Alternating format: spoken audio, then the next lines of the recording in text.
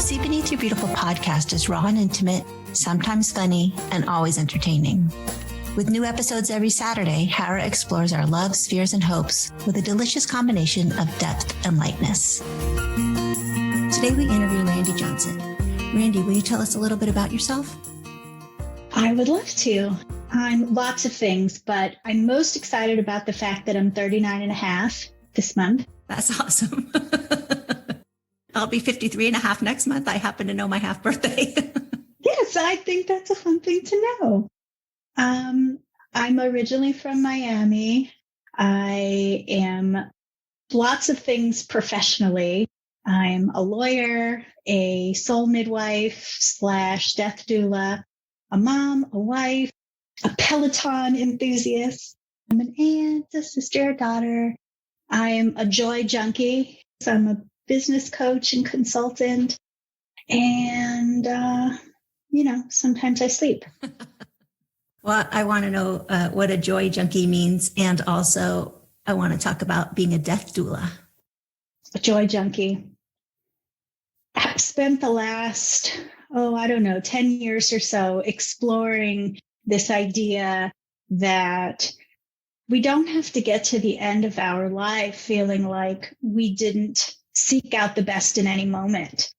In my work and in, just personal experiences, I find that so many of us in our culture, we just sort of get stuck in this identity of places of dark, of trauma.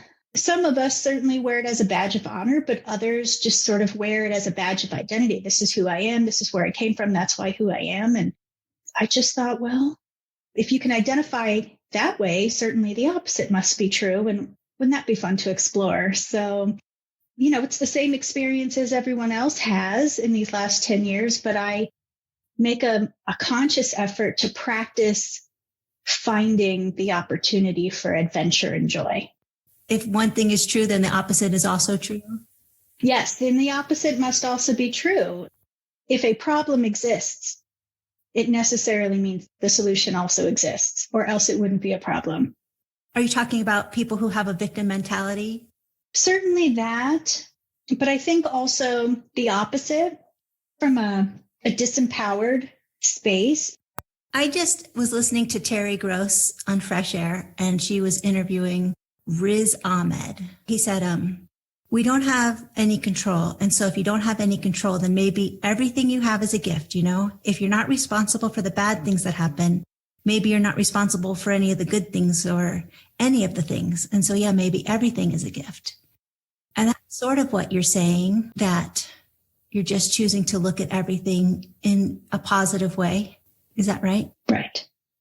How did you become a death doula? What does that even mean?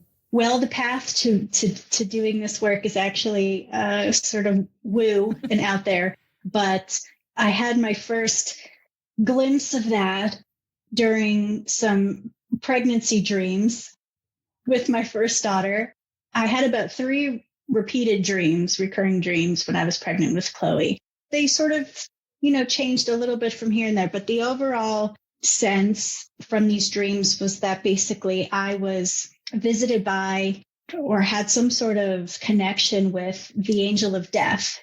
And the angel of death shouldn't be feared, but is just another being among so many other celestial beings, angelic beings. And the angel of death said, I'm going to bless you with this gift, and you get to help souls move from here to there. And I'll let you know who it is. And, you'll find the tools to do this. Don't be afraid. I really thought I was nuts. I blamed it on the hormones, but I didn't share it with anybody because, that sounds a little crazy. Fast forward 3 or 4 years later, I took a few weeks to reclaim myself. By that point, I was in my mid-30s. I had 2 small children. Between my husband and myself, we owned two little businesses as well. And, I just felt like I'd lost me for me. And so I went to Bali to go find myself. At this retreat, I met a couple of shaman and a medicine woman, and I shared the vision with them. And nonchalantly, the shaman says, "Oh, a psychopomp." And I said, "A what?" And he said, "We know how to die." In the same way that, thank goodness, there's a positive birth movement going on where women are reminded that our bodies are made for creating life and birthing life. It's the same, the positive death movement, the conscious dying movement is all about helping humankind remember that dying is not a failure to live, but a reminder that we know how to die. Nothing's wrong. To move away from a death phobic culture. It is not the worst possible thing to happen that someone should die. So that was a vision. But have you now helped people?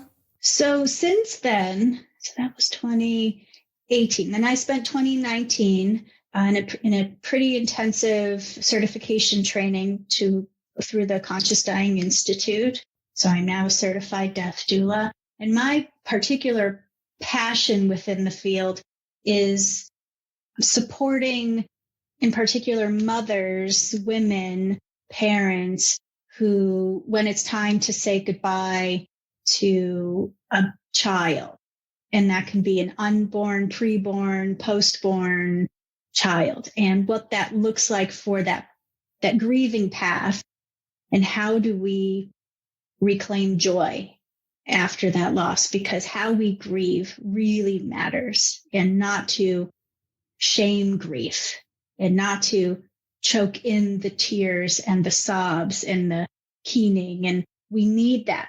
We need to be witnessed as people who grieve. We need to witness others and hold that container. That's beautiful. I love that. I was 5 when my great grandparents died. I wasn't a part of any of those services. And so to not give children a place to express their sadness, because frequently children's sadness make adults uncomfortable. And because the adults know that they don't know what to say, they just leave them out. Oh, well, they won't remember. They were very young. Or we'll just tell them that grandma went to heaven, or whatever they tell people. It makes us all as adults pretty ill-equipped. I always say my mess is my message. Is there a past that makes this seem like exactly what you're supposed to be doing? It's interesting because I often thought about that for myself. Like, isn't this a bizarre sort of path? I don't have a personal experience of child loss or reproductive loss. That was not my story. I think it was a combination of things. Certainly the vision kind of was a, hey, ding dong, go do something. But in my experience working as a disability advocate, as a disability attorney, and reading hundreds of thousands of pages of medical records in all of this time, you do come to recognize a pattern. And one of the patterns, there's many, but one of the patterns that I think I saw was that I don't think any one of us comes out of this life experience without trauma, right? So that's universal. One of the differences between individuals who just at some point could no longer pick themselves up and keep going, and people who have trauma and continue to thrive and survive and do all of those things, have at least one person who held the space, supported them, gave them a trusting environment to express their sad at some point. That gave them tools to navigate the sad and the loss throughout their lives. So I started really developing this idea of being like a defender of joy as a lawyer. The grown-ups around a child have a duty to be responsible and to, as best they can, keep small children away from situations that exceed their emotional and psychological development. Because the first thing to go when a child is burdened with those kinds of situations, first thing to go is play. I'm passionate about the need for play. That's how we practice for being adults with passion. And if you aren't a child who got to play and imagine and pretend and make things up and think about what you like and think about what you don't like and wear silly hats. How are you going to be an adult who can think through, dream casting what you might like to do? There wasn't a space for that. You just haven't exercised that muscle. And I think the same is true with grief. My mother experienced years of infertility and reproductive loss. And there are 10 years between my sister and I. I'm sure as a combination of both the significant pain that she was experiencing and also how small I was, and it just really wasn't discussed. It was just, I came home from soccer practice and mom was in the dark room, and I just knew to give her some space. And at some point she might come out of there. Yeah. So you do have experience with it, but it just wasn't you in particular. Right. And so, thinking about sort of the intersection of valuing a child's process of loss and grief, and also being with women as they have those experiences. I'm so thankful for you. It makes me think of hospice, which makes me want to cry because they were so important to me when my mom and dad were dying. And I can't believe that there's people in the world who will do that. I think a lot of hospice and death doula work should be an and. You should have both, because I'm not medically caring for or assisting the person who is dying. That's not appropriate for me. I won't administer medications. But what I will do is meet with the person who is dying and their closest loved ones, as is appropriate, and say, okay, the prognosis is 8 weeks, 12 weeks. In the same way that mothers create a birth and labor plan, what is our end of life plan? Is it important to you that your children are in the room? Would you like to be touched? If so, how? Would you like a window open? Is it important for you to be outside? There's so many people who say, I do not want to be in a hospital gown. You better find something else to stick on me. It's really important that somebody comes in and does my hair every day. Conversations with estranged brothers, children. How can we make this labor of death and dying beautiful? It's really an honor to hold that space. It's really a sacred energy in a holy place. And so to be able to empower the loved ones where they're not having to think about, okay, well, who do I have to call now? That's what the doula does. Well, you don't have to worry about that. You just be there with your dad. You just be there. Dad said he really likes it when someone's placing a hand on his chest. Well, you just do that, and I'll make the call to the hospice nurse because it looks like maybe he needs a little more pain meds or something. You don't do that. The conversation around, do you want to die at home? What could or should that look like? Do you want people to sit vigil in your last moments? And to educate not only the person who is dying, but also the loved ones around what the normal stages of dying look like, because that is also something we don't talk about either. Oh my gosh, he stopped eating or he stopped drinking. Should we feed him?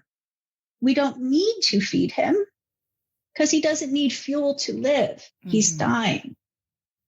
It's really interesting because as a society, we're okay when the senior age dog or cat chooses to stop eating and drinking. We seem to understand. But when it's your mother or your cousin, you go, oh, well, he hasn't taken a sip of water. Well, right, because he's dying.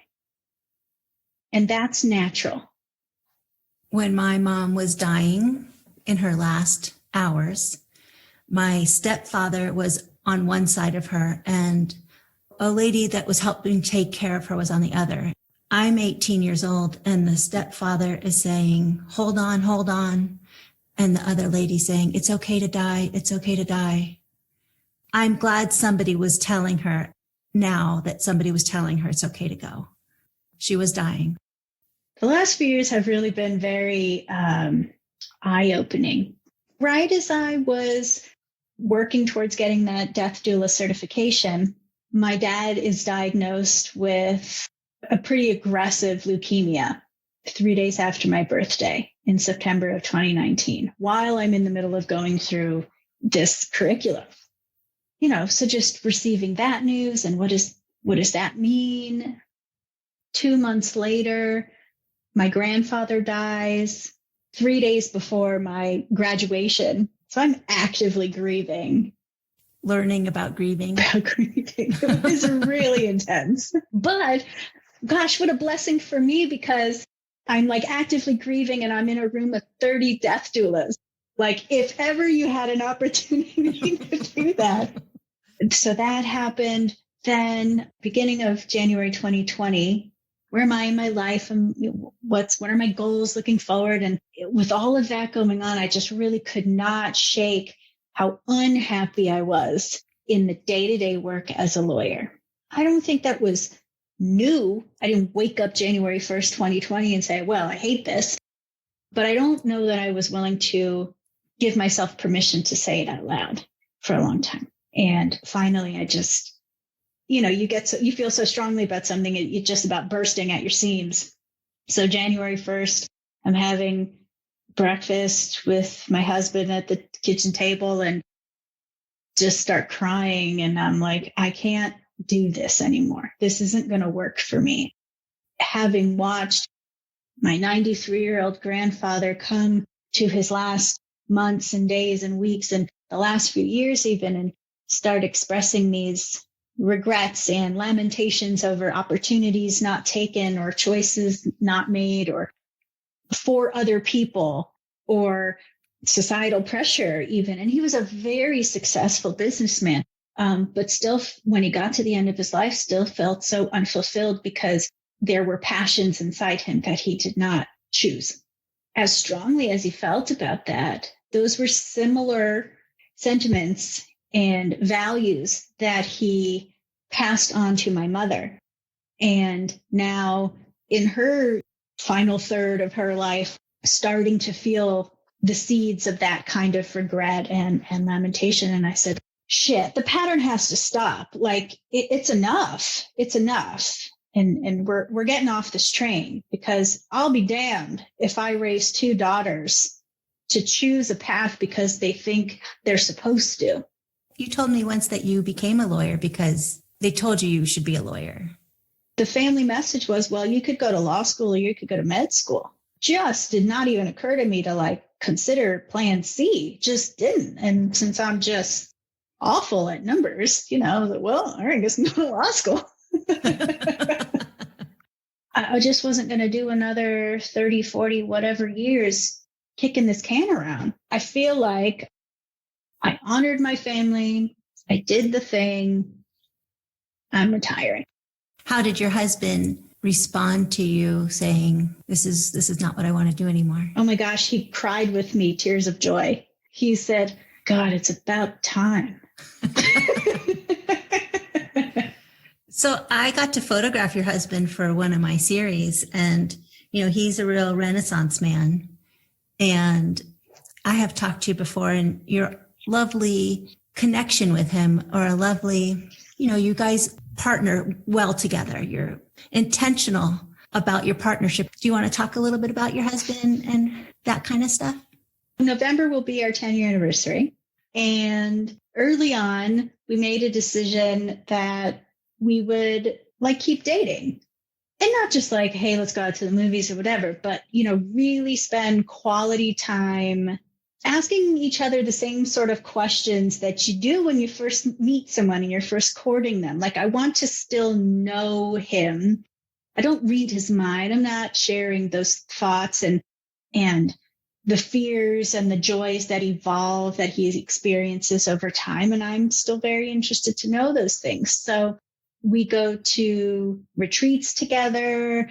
We go on, long weekends or vacations together. And we try to do 2 or 3 of those a year. And they're not necessarily extravagant, but it's just time for us to unplug. And we know the kids are safe with their caretakers. And, we just hang out. And most of the time we just, do really dumb things, like stay up all night and watch movies and eat cereal, like the sugariest cereal ever. We have a music room in the house. So if we've sent the kids away on one of our date weekends, we'll like play music or sing karaoke or, we don't always need to go somewhere, but it's just spending meaningful time. And we have a concerted interest to always be working to support each other. He's my best friend. The love languages, the 4 love languages, right? Yeah. There's 5. You might only like 4 of them, but there is 5. There's 5. So for him, just being mindful as I go through my day, what's important for him. Words of affirmation are important for him. Physical touch is important for him. When I send him little notes through the day or, give him a little pat on the rear, that's awesome. For me, it's one of them is quality time. And so having these little times away like that fuels me to get to the next time where we can have some downtime together when we're not focused on our children or our businesses or the dog. I'm so lucky to have a husband who's a friend. My job, I feel like, is to build my husband up and to make sure he knows how loved he is and how he's doing great. Are you willing to discuss your religion? Sure. Okay, because you secretly once told me you were Jewish. Well, I'm not. What are you not? My mother's family is Jewish. Yeah. My father's family is Catholic. I, for the first 10 years of my life, went to a very religious Jewish small private school, like Orthodox to the nines. My parents divorced like a year later after that. And Dad went on to do his religious thing and Mom went on to do her, I'm going to say more cultural than religious. Yeah, I get that.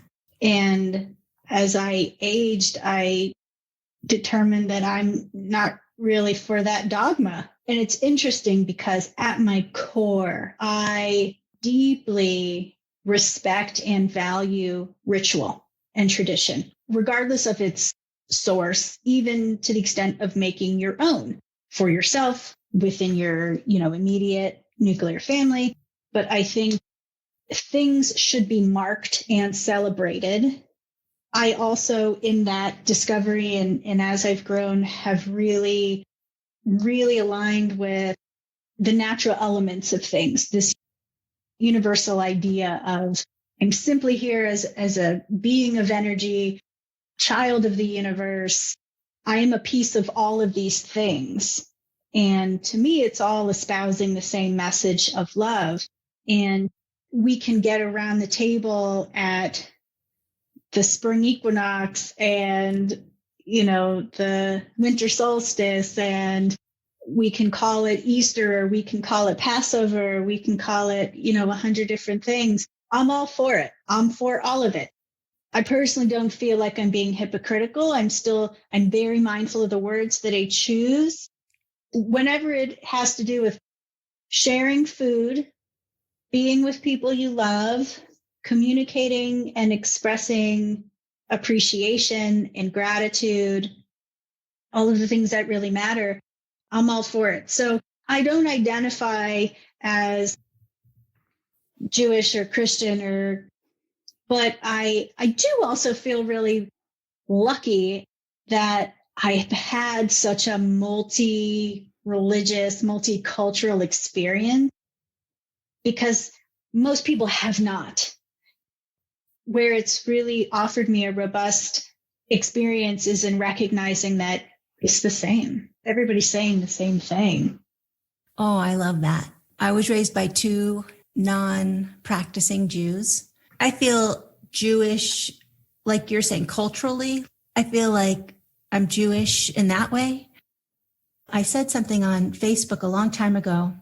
I don't always share that I'm Jewish because there are still people who don't like Jews, even though I'm not practicing. Like they just don't like me because my heritage is Jewish. There's still not a shame attached, but a stigma. It is as crazy as not liking somebody for the color of their skin. 100%. It goes even farther than that. So along the same lines, we sort of call it the witch wound. How crazy of me to have these visions about, being a servant of the angel of death. That's a little ridiculous. Or that I like crystals, that I follow the moon cycle, that I sage a space when I come into a new place to make the energy my own. I mean, if we said these things years ago, they'd haul you out to the plaza in the square and they'd hang you. And it's that same feeling for non-majority folks of whatever class or space or demographic. Do you feel like you'll be judged if people know? Yes. Mm-hmm. I think so. But I also think that you attract the people you're supposed to attract, and those who judge you are just not your tribe. Do you think that's true also? I do. And I think to myself, well, it was one thing when I didn't have children. It sort of offers another layer of, they become at once the thing I protect and the thing I hide behind. Explain that. As a mother, you want nothing more but to, as best we can, ensure the safety and happiness and well-being of your children. But on the other hand, our children can so very easily become the easy excuse for us to not pursue things or not grow, and use them as the excuse. Well, if I come out and talk about my witchiness, my woo, it might hamper their safety. It might interfere with their reputation that would have nothing to do with them or their own actions, but all to do with me. That's not fair. So I'll just keep myself to myself. So you are coming out. I outed you just now. Thank you. Because I've been working towards that. And you're standing in your power. You are magical in all the things you do. And these are your talents and what make you so powerful and beautiful. And to hide them because somebody might judge you is so sad, really. Oh, it's absolutely sad. And then I think it goes on to asking, the next question of myself, which is, if I knew 20 years from now that my child kept a very important part of her a secret because she didn't think it would be accepted by me, by our family, by society, how would that make me feel? Ridiculous. That would feel terrible, like the worst thing I could possibly do. Well, if I'm not living that truth, my child needs to see that courage. You do have to be open to everything and be willing to live like who you are supposed to be instead of what you think other people want you to be. It's such nonsense that we would even allow ourselves to go one day like that. But, we do. I spent a lot of years not being true to myself and not accepting myself. And now I'm just like, man, I'm the bomb.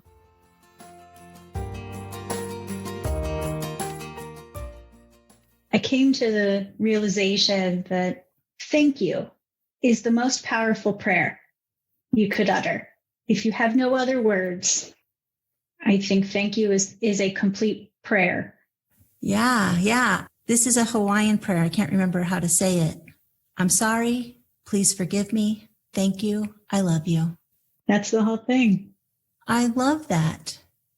I think it is the whole thing. Yes. And it's so powerful also to say to somebody else at death, when you're saying goodbye. But I had that ritual with my dad 5 months ago or so. And we've had a really challenging relationship. It's really been hard. And it was hard for me to say those 4 things. Do you forgive him? I do forgive him. And that really is so liberating. Yeah. Do you understand him? Do you understand his choices? Not all of them. I think that would be untrue of me to say. I don't think we can always know anyone's motivations for things. But I mean, in your forgiveness of him, do you see it at all more from his perspective of maybe why he made the choices he made? Because you have more of a lightness towards him? Or is that not true? Am I putting words in your mouth? Well, it's interesting because I think what I was going to say was I feel empathy, but to the extent that the full envelopment of empathy means that I could put myself in his shoes, I don't know that I can. Because when I think to myself some of his choices as it related to me as a young child, as an adolescent, as a young adult, I don't get it. Now as a parent, I cannot possibly imagine how that was even in like the field of options. I understand what you're saying. But I forgive him because the forgiving of him really doesn't have anything to do with him. Right. My mother was mad at her father her whole life. And years after he died, she was so glad to finally forgive him and have a softness towards him in the choices that he made. He had remarried and the stepmother wasn't kind to her, but he was a single dad with 2 kids and needed somebody to care for his kids. She just could see it as a single mom, finally years later, struggling, taking care of kids. I think it's interesting how the more we parent, the more our parents seem less confusing and we forgive them more. I think about myself that I'm just this girl who had a kid. Like, what the heck do I know? My mother was definitely that lady. And so for me to hold her to this crazy standard that she should have done all these things the way I needed her to, she got married when she was 15. I just think that as we get older and we parent, I think if you are a parent, you really understand your parents more, especially as you age. I think for me, the hardest phrase in that prayer, in that ritual, was "I'm sorry." Saying it to him. So I didn't actually have the ritual to him. He's not someone who has the desire or capacity to have these deep conversations. I had it in the energy field. Like, I had the ritual with him, and I feel very strongly that like his soul heard me, but I did not have the conversation with his physical self. I understand that. Gosh, it took me hours to get to "I'm sorry" because I'm just so fucking mad. Mm-hmm. I don't know you, and I'm sorry. You deserved all those shitty things I said to you through the years. Mm-hmm. I think that was the hardest for me. And when I finally was able to say "I'm sorry" and then say the whole, all 4 phrases together, I was really forgiving myself. Yeah. Fuck, I was 15, I was 12, I was, all of these young ages, ill-equipped for the situations that I was being presented with, and no supportive being to honor the feelings I was having. So yeah, I was mad. Yeah, I said some really fucked up things, but that's okay that I did that. I'm so glad actually that you spoke your truth, whether it was hard for him to hear or not. How old are your kids? 8 and 6. What are they into? Well, right now they're into selling a lot of Girl Scout cookies. I could use some Thin Mints. My butt could really go for that. That's right. A frozen sleeve from the freezer. Yes. So they're into that. The little one loves all things fairies, unicorns, magic kingdoms, make believe. I mean, she will get lost for hours, and I just love it. I love it for her. Me too. I'm jealous, actually. I know. And you know what else I just love about it is that we've created a family, a household where she doesn't feel shame or embarrassment if she's overheard while playing. That's cool. I love that. And so to just be like fully in there and be her whole self, bring her whole self to the place. The bigger one, she'll be 9 in June. She's such a spirit. I often am not sure that she's quite all human. I think she's probably half angel and somehow ended up here. But I do think that some of her is still floating around in the heavens. She's very artistic and into nature. She's a very, very sensitive soul. Like she feels all the energy in the room and just sucks it all up.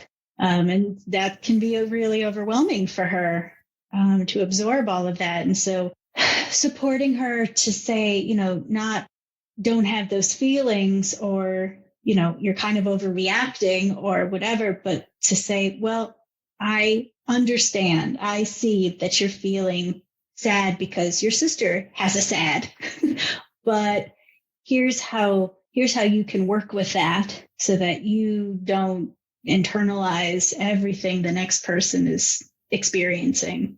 But it's really been interesting in the last several weeks because I've noticed we've moved into the early stages of changing and hormones joining on board. And wow, that's so interesting. What a cool opportunity as a woman to welcome a little girl into the tribe of womanhood. I crawled into bed with her one morning and, I said, okay, well, today's the day. I'm going to tell you all about the transition from being a girl to being a woman. And she has not started her cycle yet, but I'm seeing changes, and I don't want her to be like so many friends and other women that I know who just, there was no conversation. There was nothing. It was horrific. I mean, friends that I have who just thought they were dying. I had no idea what it meant to have my period and how to take care of it. I don't think a lot has changed, frankly. Yeah. And I wish for something different. So my mom is a nurse, and I knew from kindergarten where babies came from. I knew all the appropriate names of the anatomy for genders and, and all of that. And it was not a surprise to me when I got my period. The only part I wish I'd had that wasn't offered was the emotional and psychological component. I felt very equipped from a biological standpoint. So what I envision, I'm like planning for Chloe, is to honor that, let's celebrate, and not all right, well, let's go buy you razors to shave your legs. No, but I mean, on that first day, and maybe it's on the first day every month until I get tired of it or she tells me to fuck off, but I would like to draw her a bath and put in some lovely oils and rub her feet and welcome her in a way that's really welcoming. Your kids are so lucky to have you guys as parents. It's really beautiful. I wasn't that good of a mom. Good Lord, I'm never drawing anybody a bath. Just so not going to happen. I'm not the service kind of girl. Yeah. Yeah. I mean, but that's one of my love languages, acts of service, right? So I like it. I just don't want to do it. That's one of my love languages too. Somebody should draw me a bath. And I also look forward to Chad, my husband, also not being like the stereotypical dad of girls who's like, oh, I don't want to hear about that. What I want to change the narrative of is this idea that our womanness is a pain in the ass, or is a distraction, or is dirty, or is anything other than my body is doing the thing it's supposed to do in its best, natural, loving way. I mean, I'm just there, but I'm 53. I wouldn't hide a tampon to walk to the bathroom now, but I sure did the majority of my life. Now I'm just like, I have my period, whatever. Actually, now I don't have my period now that I'm finally okay with it. And well, I think that's an important transition too. And I'm going to be 40. I have no idea what's next. Nobody talks about that. I don't have any idea what's normal. And I don't want a doctor to tell me, oh, you're feeling this way. Well, here's a medicine, or here's a thing. This should turn off. I would like to embrace all the things, and I want to have healthy, loving conversation with other women to embrace that next chapter. I look forward to being a crone.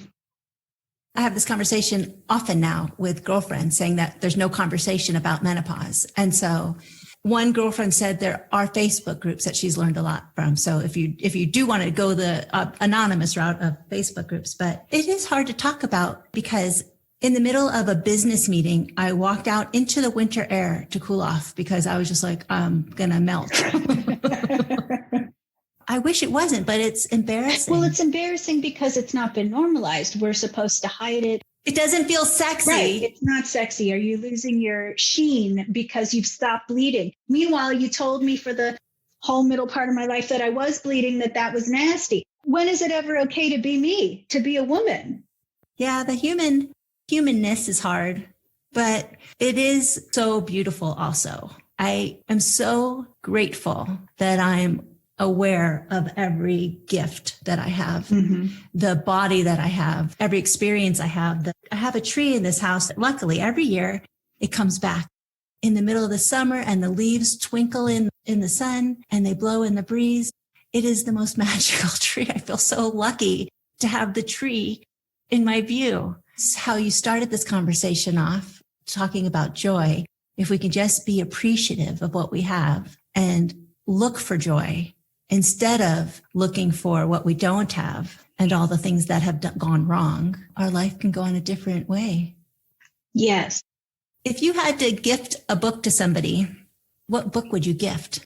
One book? Yeah, one. What's the one? It would be The Four Agreements. Oh, that's a good one.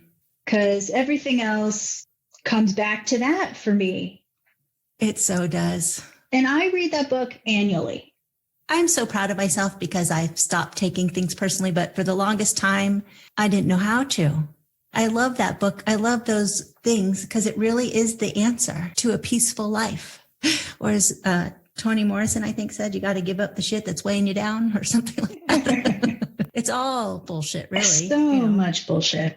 Well, this has been lovely. Thanks for giving me some space to cry and come out in front of people. That's fun. Are you okay with all of that? Oh, yes, I'm fine. Happy 40th and fabulous to me.